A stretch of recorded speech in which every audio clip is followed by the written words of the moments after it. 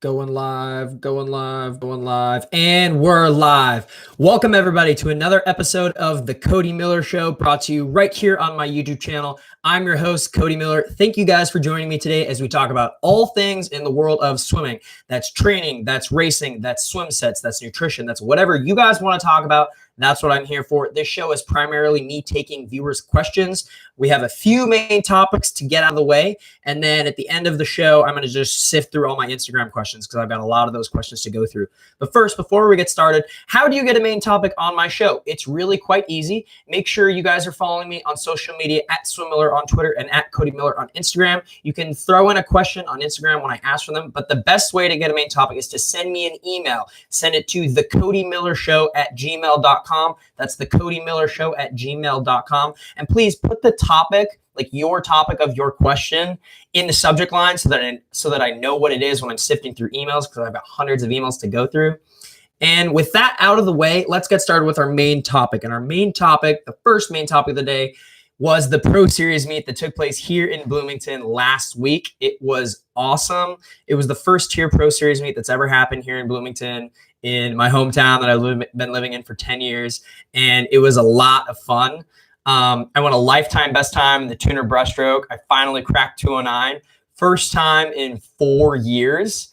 So for anyone who's struggling out there, who hasn't gone a best time in a long time, it took me 4 years to go a lifetime best time in the tuner breaststroke at age 27, which feels pretty good. If you watched yesterday's vlog, thank you, Allie. If you watch yesterday's vlog, you can see a little bit of that. And then I also won a really fast time in the 100 breaststroke. First time I've swam a time that put me, substantially in the top 10 in the world again. So it meant a lot to do it at my home pool because coming off my injury, had a really rough season, and it meant a lot having everybody there who helped me kind of bring myself back to being racing at a high level again.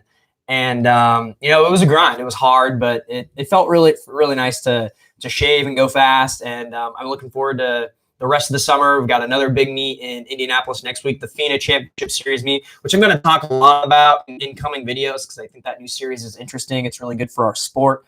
So I'm hopefully going to go a little bit faster there. I'd like to get under 59 again. A lot of people have been asking me, yeah, that's the goal, is just to get faster each time I race as I taper a little bit more.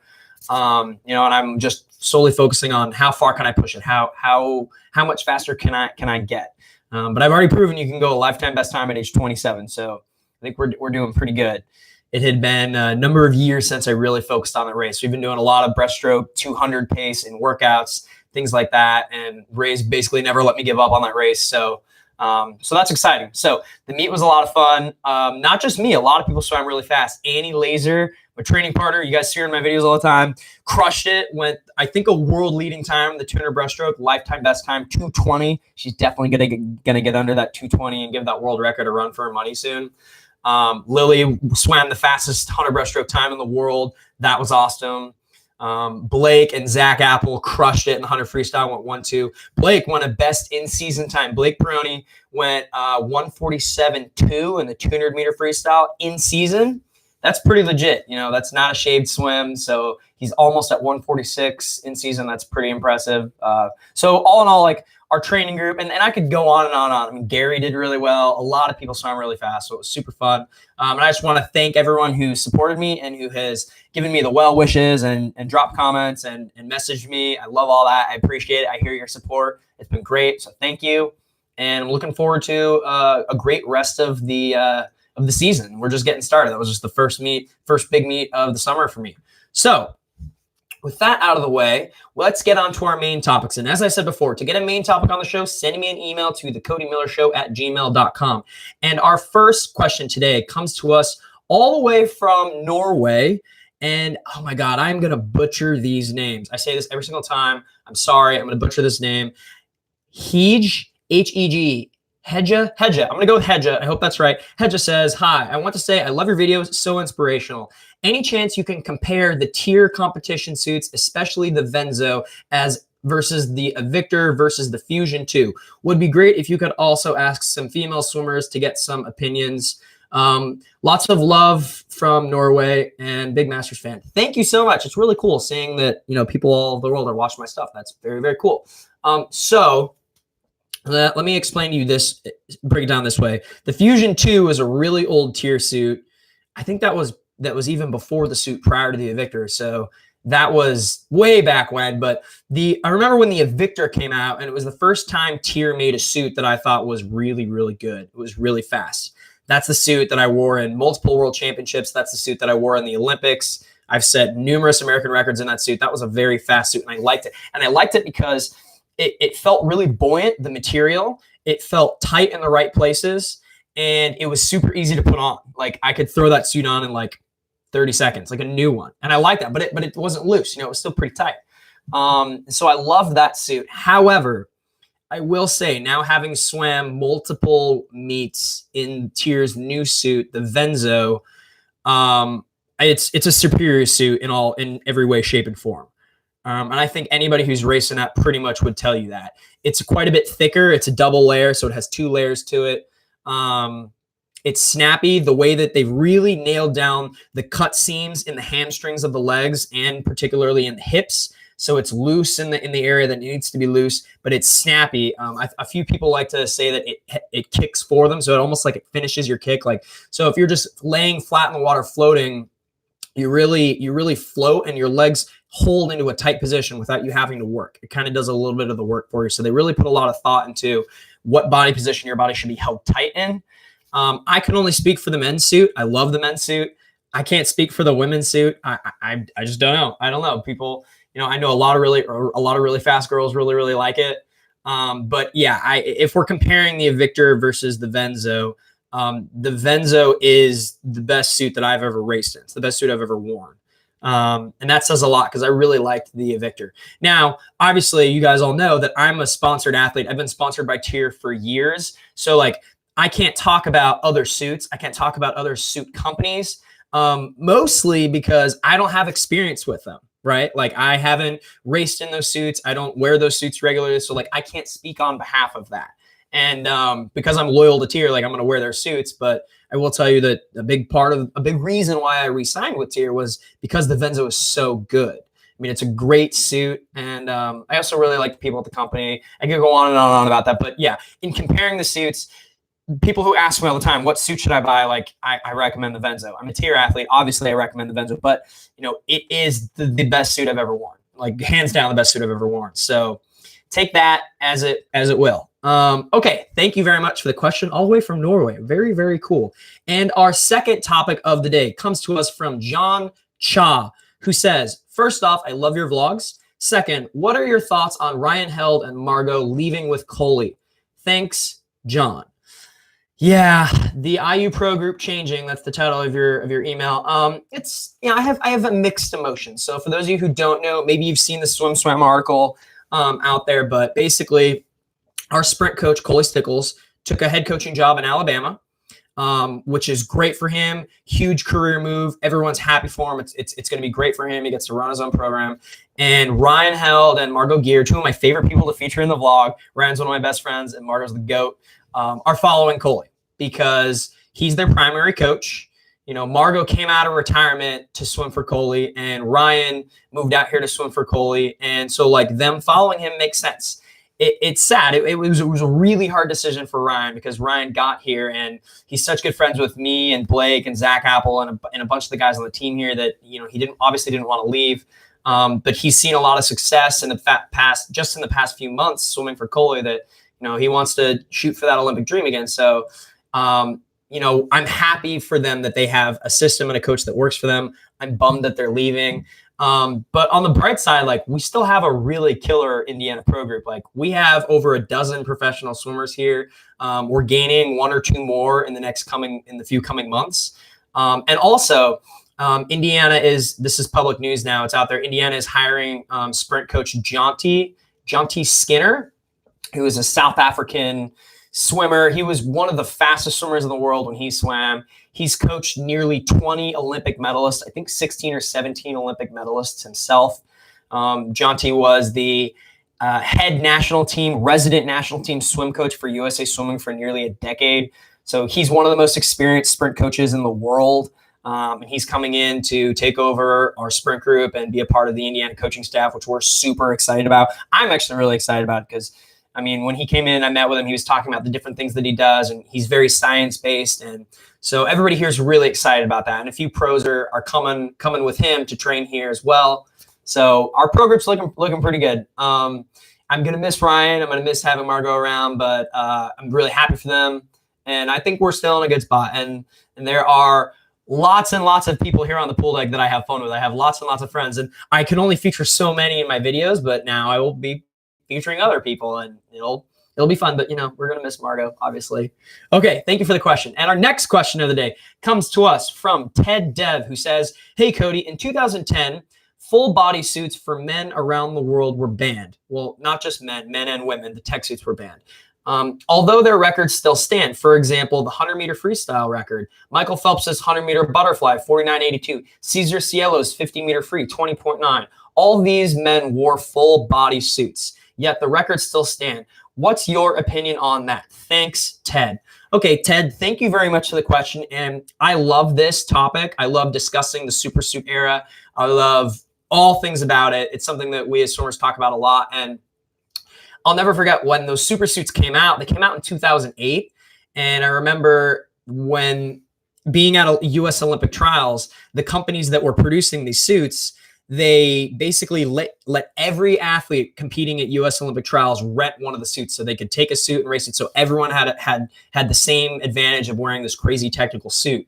And I remember I couldn't wear the full bodysuit because you guys know me. I've got this weird chest. I've got this chest deformity. I've got this hole in my chest. And so I could never really wear the full bodysuit, not without it filling up with water. But I wore the leg skin. And anyway, in this era, all these records were set. I think it was something absurd, like something like 50 world records were broken in the span of like 16 months. That's insane. And it was even worse in 2009 when they basically took the polyurethane suits and souped them up and made them even bigger. And then they banned them. And as you said in your message, some of those records still stand. How do I feel about it? Well, I have a couple different trains of thoughts. On the one hand, initially when they banned the suits, everyone was for that because we saw the rise in all those record-breaking swims. And we thought, a lot of people were swimming way faster than they ever would have without the suit. And some people, it was much more of an advantage wearing the suit versus other people. So for example, Phelps reaped the benefit of wearing the suit in the Olympics. However, he wasn't nearly as affected by the suits compared to other swimmers who might be a lot thicker and a lot more stocky. Those suits really help those really thick guys float in the water a lot higher. A guy like Phelps, who's already super, super lean and super high in the water, could swim close to those times without the super suit anyway. So some people were affected by it more than others. But when they banned the suits, I remember everyone was happy about it, but I remember everyone was like, man, these records are never going to be broken. Everyone was like, what are we going to do now? Like, there's no way someone's going to be able to go, 142 in the 200-meter freestyle. Like, what the heck? Like, no one's going to go that. They were saying no one's going to be able to go 20.9 in the 50 freestyle. No one's going to be able to go that. No one's going to be able to go 58.5 or 58.4 in the 100-meter breaststroke, right? At the time, that was the thought. But now we've seen that most of those records have been broken. Most of them, with the exception of a couple that you pointed out in your email. Michael Phelps's 100-meter butterfly record, the 49.8, hasn't been broken. But it was almost broken by Caleb 2 summers ago in 2017. He just barely missed it. He broke 50 point. So my thoughts are, I'm okay with it because I believe that in the official record books, any record that was set in one of those super suits has like a little asterisk next to it. So people know. I think it's Paul Biederman who holds the world record in the 200-meter freestyle. It's like a 142.0 or 142 low. That's absurd. Like, no one has come anywhere close to that race. Like, when you see a swimmer go 145 in the 200-meter freestyle, you freak out. Like, that's insanely fast. Insanely fast. If someone breaks 145, that's like you're winning an Olympic medal. That's nuts.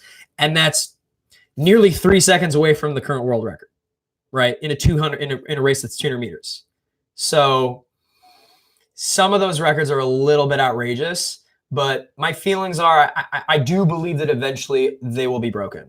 I do think eventually all of the super suit records will be broken. But there are a few that stand out that are questionable that you're like, man. But on the other hand, like you have races like take the 100 breaststroke, for example. The record in the super suit era, I believe, was like a 58 mid, maybe a 58.6, maybe 58.4. And now like the record's a 57. It's way faster. And you could point to other races that are the same way, like where the records have been broken.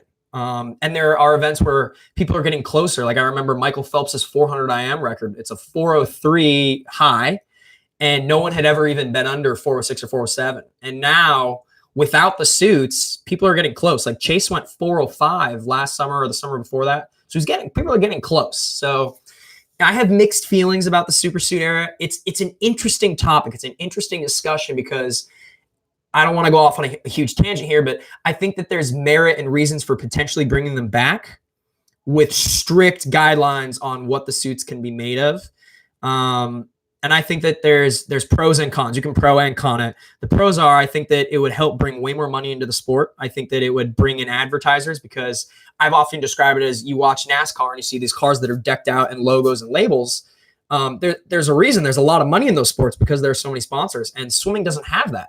There's not a lot of places for logo placements on like a specific athlete, but with a super suit, maybe there is. Anyway, that's a whole nother discussion, but those are my generic feelings about it. It's very fascinating. It's something that I love talking about. I can sit here and talk to you about it for a while. So thank you very much for the question.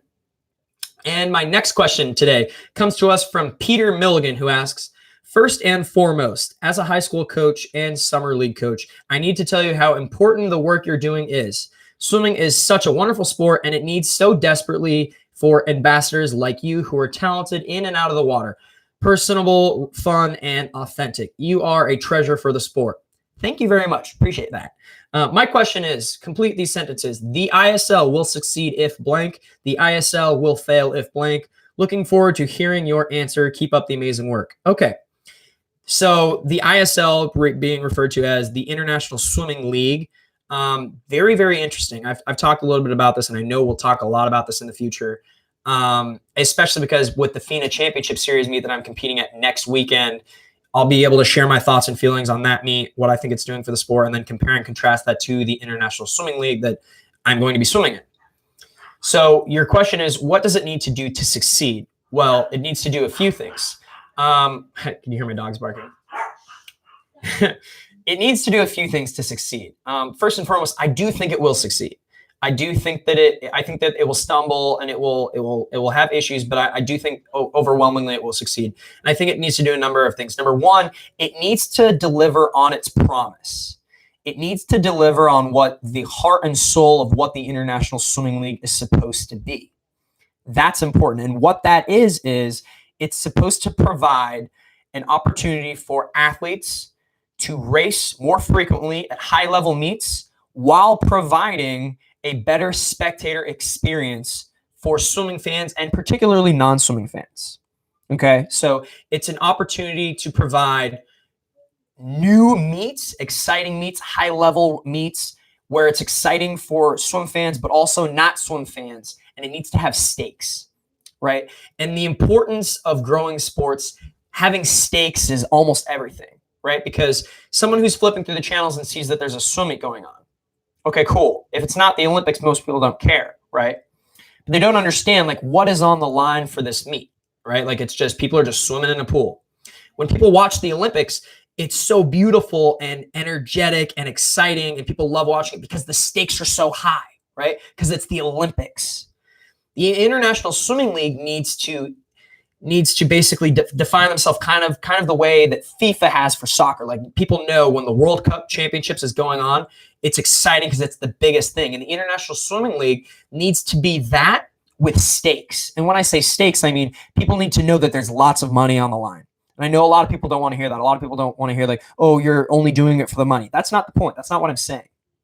What I'm saying is, if someone is flipping through the channels and they see that there's a swim meet going on and they see that there's hundreds of thousands of dollars on the line and they see that there's an opportunity for a swimmer to win $10,000, $20,000, $30,000 in these races, people who don't know much about swimming suddenly get interested.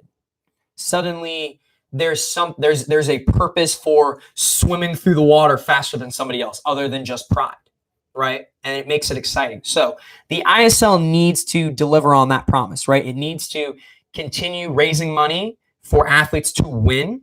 It needs to continue to gain sponsorships, because sponsors, I'm not even going to get into that, but sponsorships are huge. And being a part of an ISL team, I've been on a few calls where they're discussing exactly that. They're discussing partnerships with brands and X, Y, and Z, and it's exciting and that's good. But basically the heart of your question is, it needs to deliver on its promise and what it needs to be, right? It needs to make swimming exciting. There needs to be stakes, and it needs to really fundamentally grow the sport. I know I'm repeating myself a lot, but that's just the heart and soul of what it is. And that's like the small scope. We can broaden it out and talk about all the different ways and all the different things that need to go into it in order to make it succeed. The only way this fails, I think, is if the people who are backing, here's why I don't think it will fail. The only reason this fails is if the people who are fundraising this and the people who are starting it and doing this just give up and decide that they don't want to do it anymore. And I don't believe that, because I believe that the reason that this is happening is because there's a need and a hunger over a collective group of people all over the world who want to see the sport grow and prosper and succeed. And obviously you can talk finances here and there, but ultimately that's a whole nother discussion. So that's all I'll say about it now. I know I'm going to talk about the ISL a lot in the future. Thank you very much for the question. And our next topic of the day comes to us from Charles Hughes, who asks, "Hi, Cody. Have you seen Detective Pikachu yet, and what did you think?" No, I have not seen Detective Pikachu yet. Sometimes I take movie questions. You guys know how much I love movies. However, Allie and I just saw John Wick Chapter 3 yesterday, and oh my God, that movie was awesome. It was a blast. Couldn't believe how much I love that movie. It was super fun, high energy, octane, ass-kicking action. What? He could kick my butt. Allie's like, John Wick could kick my butt. He definitely could kick my butt. Haven't seen Pikachu yet, though. I'm not the biggest Pokemon fan. I collected the cards when I was little, but I'll get around to seeing that movie. Thank you for the question. And my next question of the day. Oh, I think that was it for our main topics. Did I get it? Yep. Okay, so that was it for our main topics. Thank you, everyone, for submitting a main topic. Once again, just send an email to thecodymillershow@gmail.com if you want to get your question answered on the show. And now on to our Instagram section. I can't speak. By the way, I hope that my audio is a little bit better today. I'm using a mic, so hopefully. Okay, so I'm going to randomly sift through these Instagram questions and try to get through as many as I can. I think in the future, I'm going to try to take chat questions, but it's difficult because people just use the chat to kind of chat. So it's like hard for me to just take chat questions. So I don't know. Like this person says, "Hi, Cody. How are you?" "I'm great. Thanks." It says the mic is a bit rough. Yeah, I'll work on that. I'm sorry. I'll do what I can to try and I'm going to do what I can to try to make the audio better. I'm going to try to improve this, but ultimately I am an amateur and I don't really know what I'm doing. Okay. So, all right. First question comes from Alec Jeffers, who says, "Besides yourself, who had the best races in Bloomington?" Well, I kind of touched on that at the beginning of the show. Annie, lifetime best time in the tuna breaststroke. Blake, best in-season time in the tuna freestyle. Who else? There were a lot of really good swims. I mean, Lily going that fastest time in the world. Zach winning the 100 freestyle, going 48 in the 100 free. That was, yeah. Lots of great swims. Lots and lots of great swims. Next question. The Flying Fishu asks, "What's your favorite color?" No joke, it used to be pink. I used to love the color pink. Now, I don't really have a favorite color. I'm an adult. Maybe blue, maybe red. Probably red. I wear a lot of red. Let's go with red. Let's see.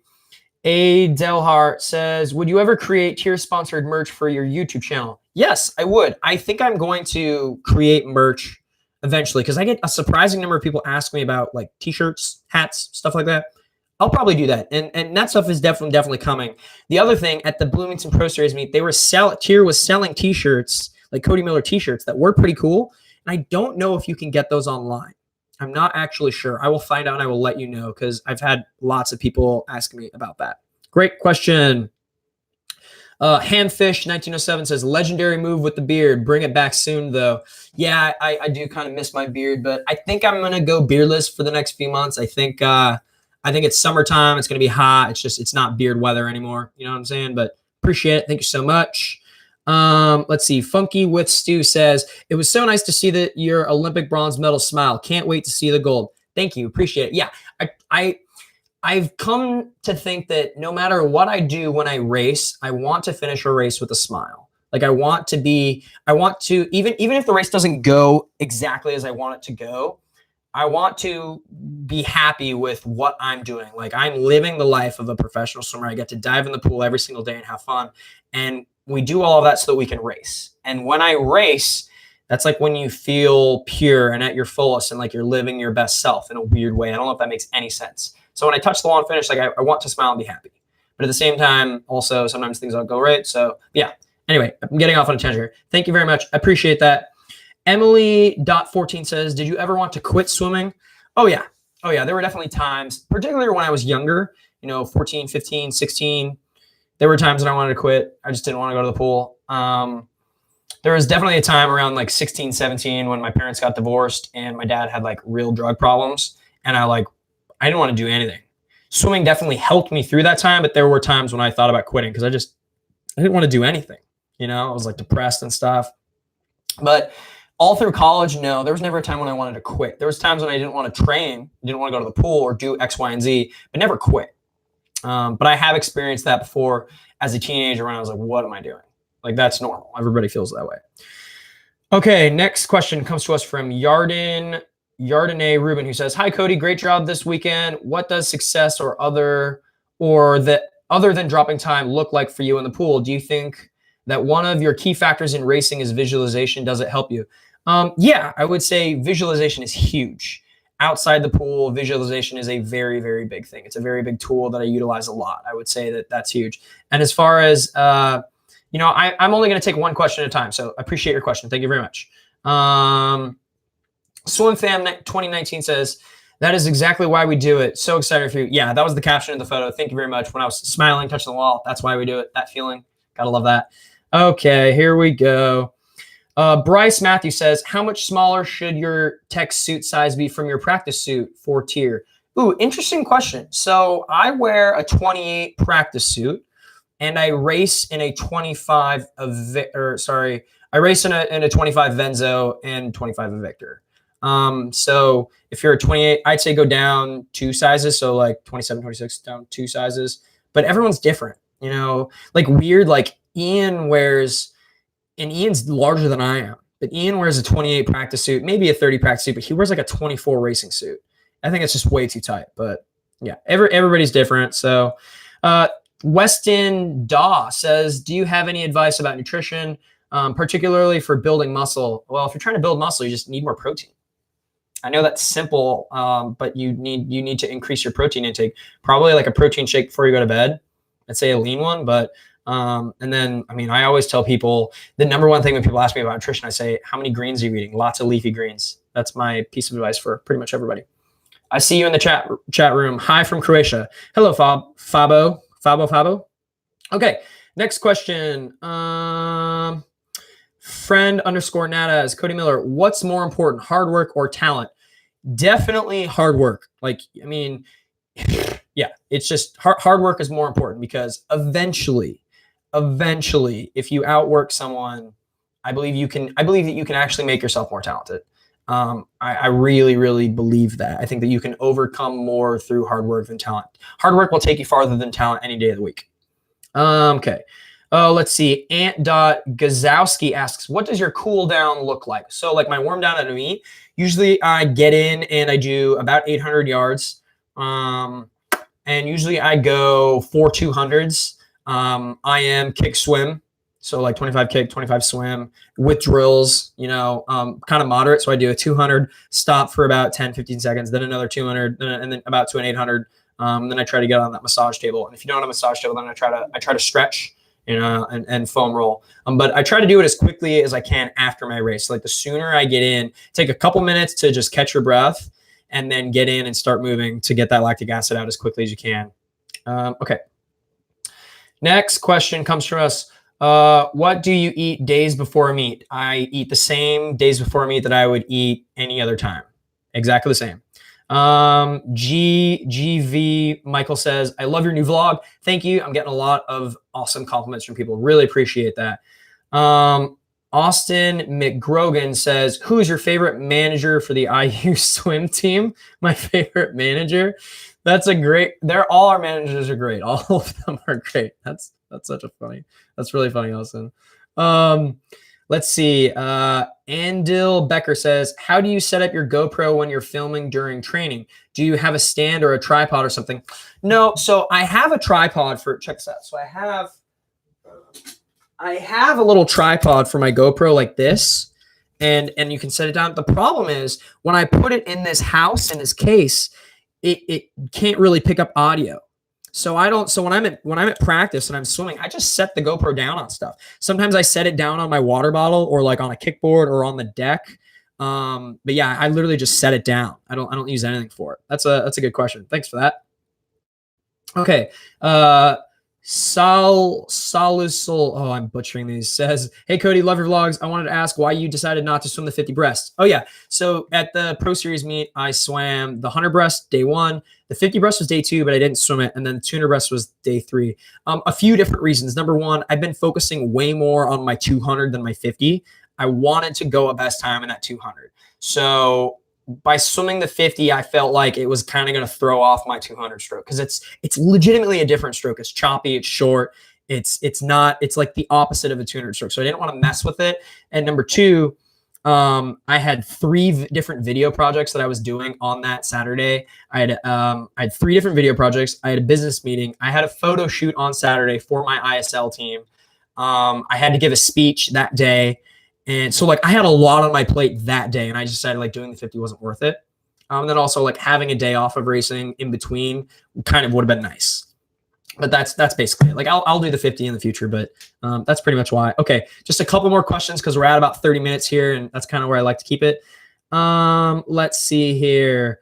Clark Hoppo asks, how important is recovery in your opinion? Recovery is everything.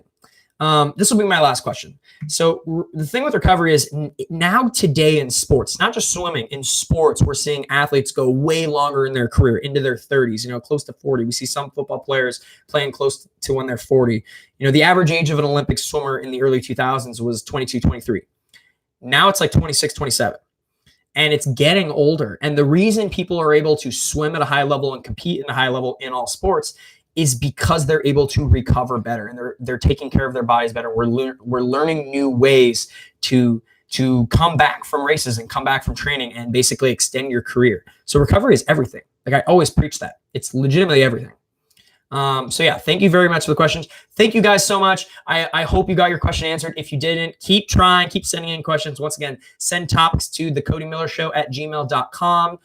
Try to keep your emails less than 90 words, keep them kind of short, and put the topic in the subject line. As always, make sure you guys are following me on social media at @SwimMiller on Twitter and @CodyMiller on Instagram. Vlogs every Wednesdays. I dropped a new vlog yesterday. Please go check that out if you haven't yet.